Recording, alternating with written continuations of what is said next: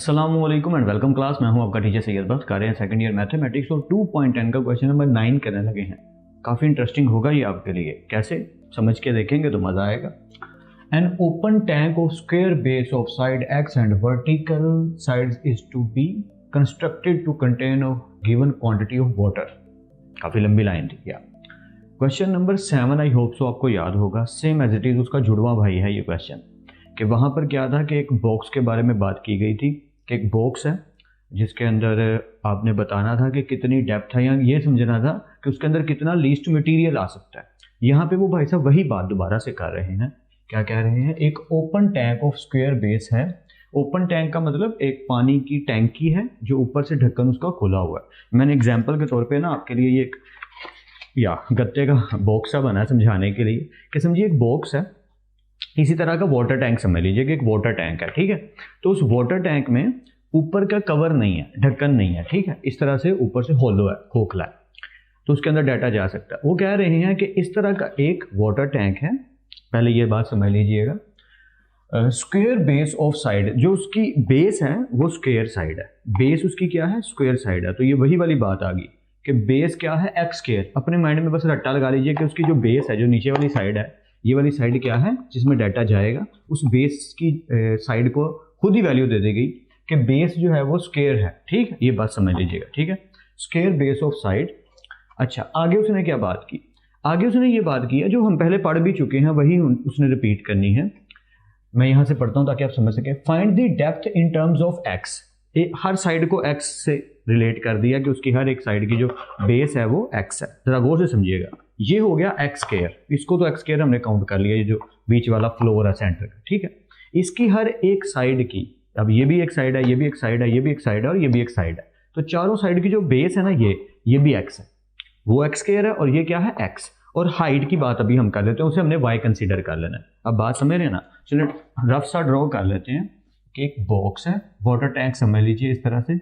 बस अपने से मैं बना रहा हूँ, ये कोई ज़रूरी नहीं है, बनना तो वैसा ही था जैसा बचपन से बनाते आ रहे हैं स्क्वायर बॉक्स, लेकिन मैंने ये सिर्फ आइडिया देने के लिए, आपको समझाने के लिए इसको अपनी मर्जी की शक्ल दे दी है कि आप ऐसे समझ लीजिए चलो कि ये इस फॉर्म में है, ठीक है। ये वाटर टैंक है, इसमें वाटर जा रहा है। हाँ, ये ठीक फॉर्म बन गई, कोई बुरी नहीं बनी, ये गुजारे लायक हो जाएगी। होपफुली आपको दिख भी रहा होगा।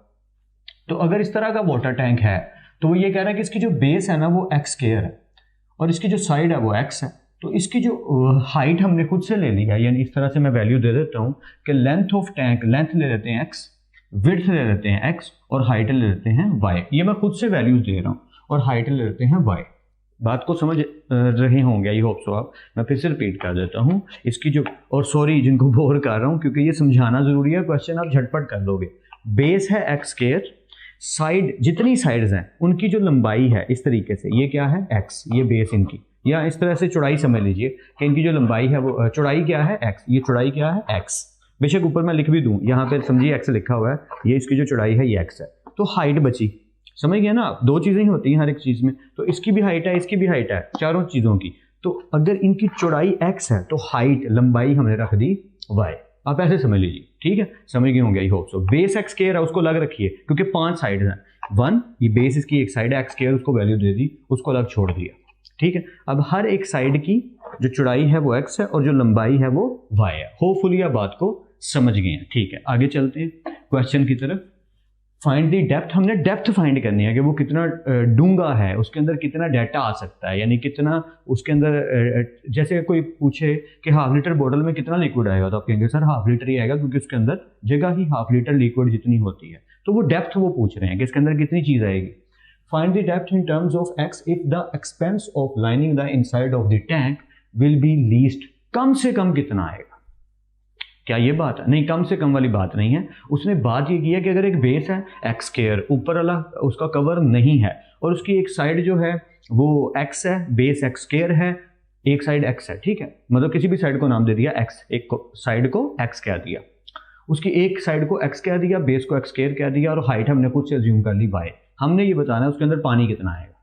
बस ये रफ सा आइडिया ले लो, मैक्सिमम या मिनिमम की बात नहीं हो रही क्योंकि यहाँ पे बेशक लिस्ट लिखा है लेकिन यहाँ पे लॉजिक लिस्ट की बन नहीं रही।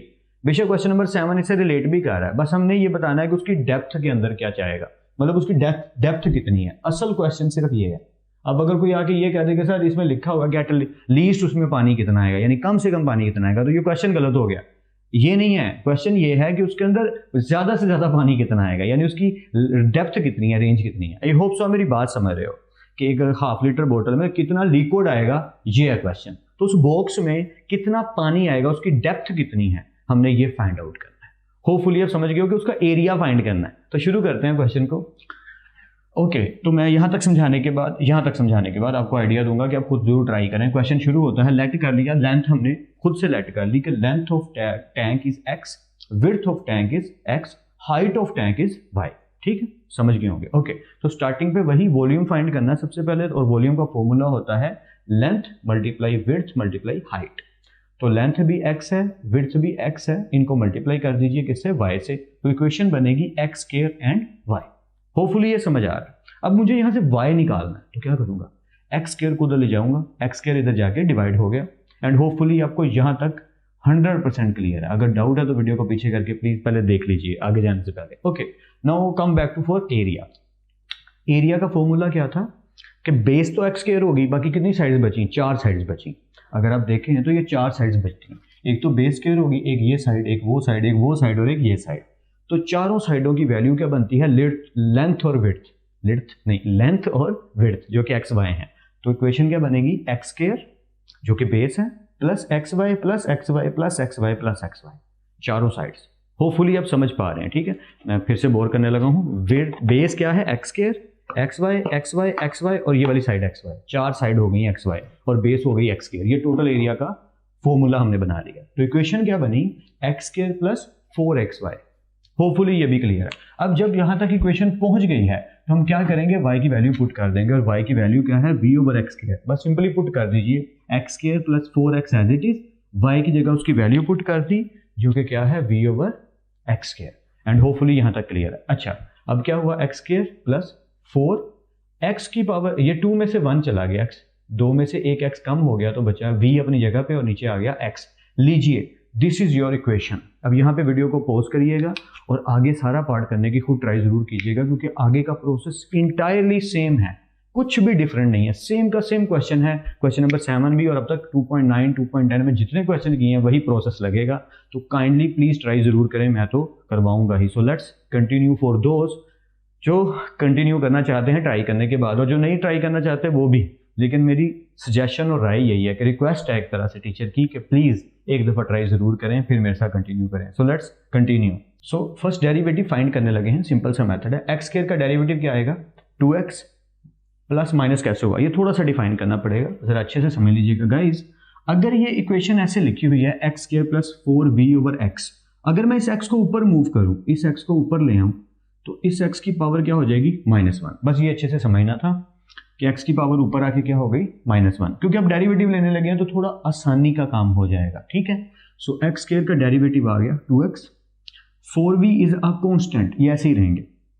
x की पावर -1 का डेरिवेटिव लेना, तो पावर पहले यानी -1 पहले, जिसकी वजह से ये प्लस क्या हो गया, माइनस हो गया। अगर आप कहते हैं तो मैं शॉर्ट फॉर्म में यहाँ डेरिवेटिव लेके दिखा देता हूँ आपको। एक्स स्क्वायर अपनी जगह पे, 4v अपनी जगह पे, इसका डेरिवेटिव क्या आया, पावर पहले, फंक्शन पावर में से एक कम, और इसका डेरिवेटिव लिखने की जरूरत नहीं है जो कि 1 ही आएगा, dx ओवर dx 1 आएगा। Okay, so sorry, x square का डेरिवेटिव तो मैंने लिखा ही नहीं, एक्स स्क्वायर का डेरिवेटिव क्या आया, 2x। ऑलराइट, सो 2x अपनी जगह पे, ये अंदर मल्टीप्लाई हो गया, प्लस माइनस माइनस 4v बनता 4v मल्टीप्लाई हो गया था, तो 4v बनता 4v, x की पावर आ गई -2।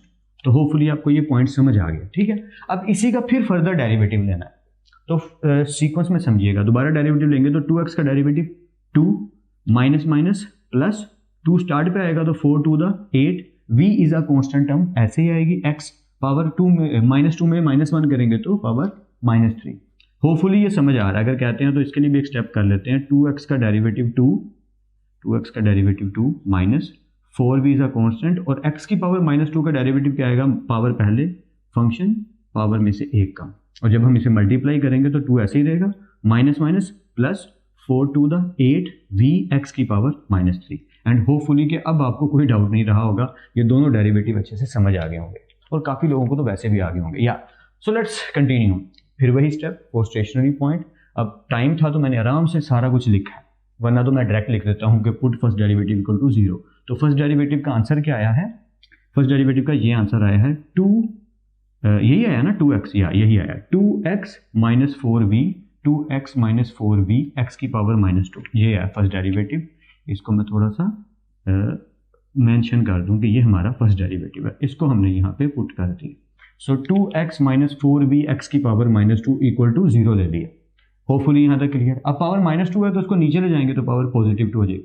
2x as it is minus 4 as it is 4v as it is, जैसे हमने यहाँ पे किया था कि x की पावर को हमने जानबूझ के चेंज किया था। आपको याद होगा मैंने अभी भी बताया कि x की पावर नीचे थी, ऊपर ले जाके -1 हो गई, उसको वापस कर दिया कि अब हमने क्या किया, x की पावर -2 है तो इसको नीचे ले आए तो x की पावर क्या हो जाएगी +2। क्यों, ताकि सॉल्व करने में आसानी हो सके। सिंपलीफिकेशन में ये तरीका ठीक रहता है कि x की पावर को पॉजिटिव किया जाए, और डेरिवेटिव लेते हुए ये तरीका ठीक रहता है कि फ्रैक्शन ना हो, सिंपल वे में वैल्यू लिखी हो।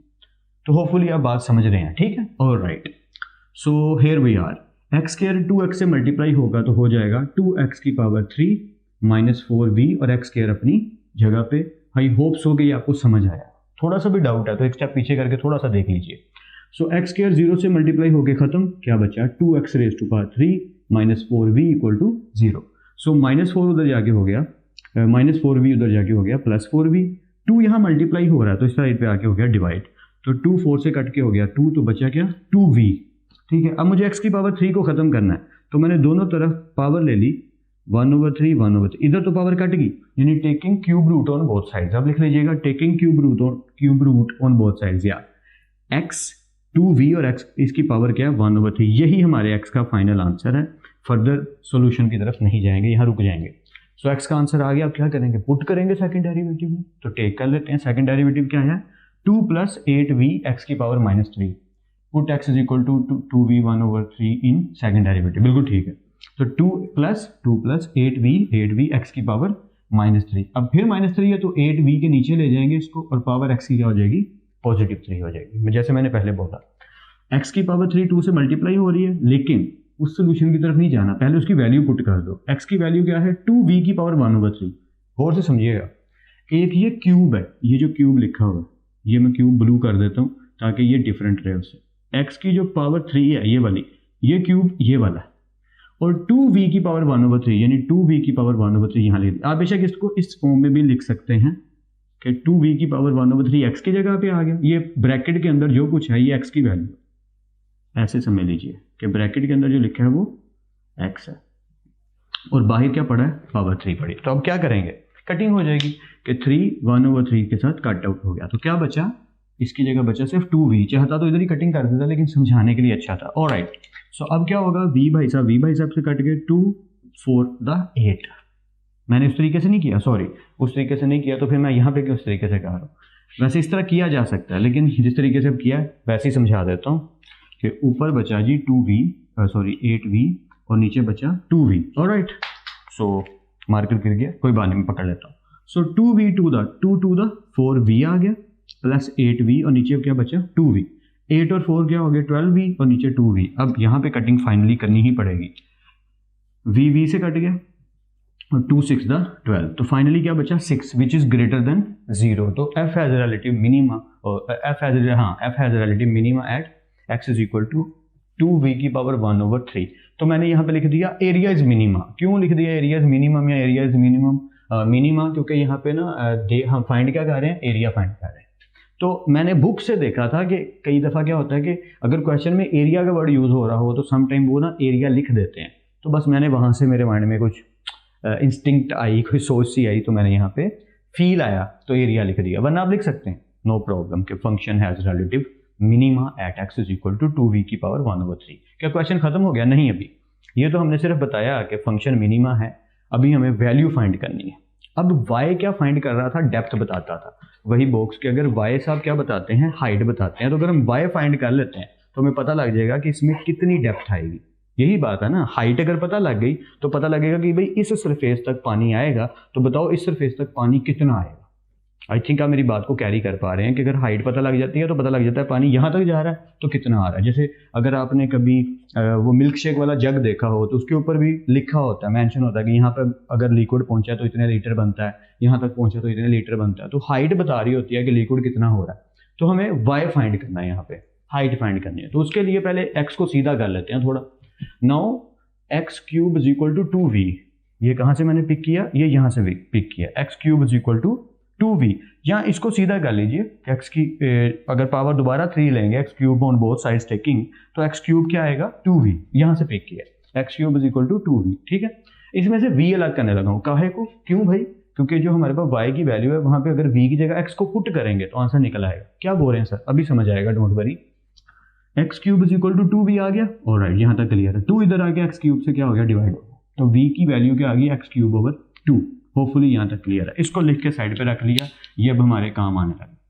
सो y is equal to v over x square, y is equal to v over x square, बस v की जगह उसकी वैल्यू पुट कर दो, और v की वैल्यू अभी हमने क्या कहा, x cube over 2, x cube over 2, और नीचे क्या पड़ा, एक्स स्क्वायर। अब क्योंकि ये डिवाइड हो रहा है तो पावर माइनस हो जाएगी, तो 3 में से 2 पावर गई तो क्या बचा, x, और नीचे क्या बचा 2, and that is our final answer कि y की जो हाइट है वो x ओवर 2 है। इसका मतलब बस यही आंसर है, इसको जरूरी नहीं कि आपने किसी वैल्यू में शो करना है, तो बस हमने ये बता दिया कि y, ये यहाँ पे आप ये भी लिख सकते हैं, डेप्थ ऑफ टैंक।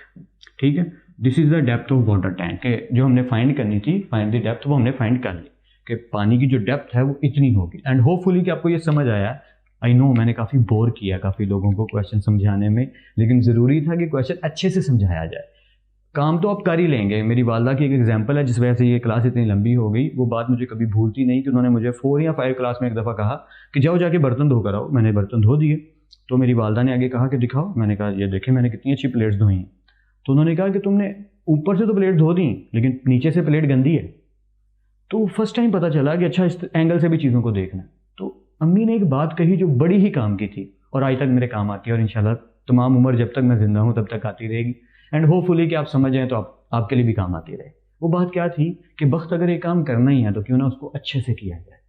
देखिए ना, अगर वो मैंने काम किया कि प्लेट ऊपर से धो दी और नीचे से नहीं धोई तो वालदा मेरी को दोबारा धोनी पड़ेगी, तो वो काम ऐसा ही हुआ ना कि जैसे ना होने के बराबर हुआ।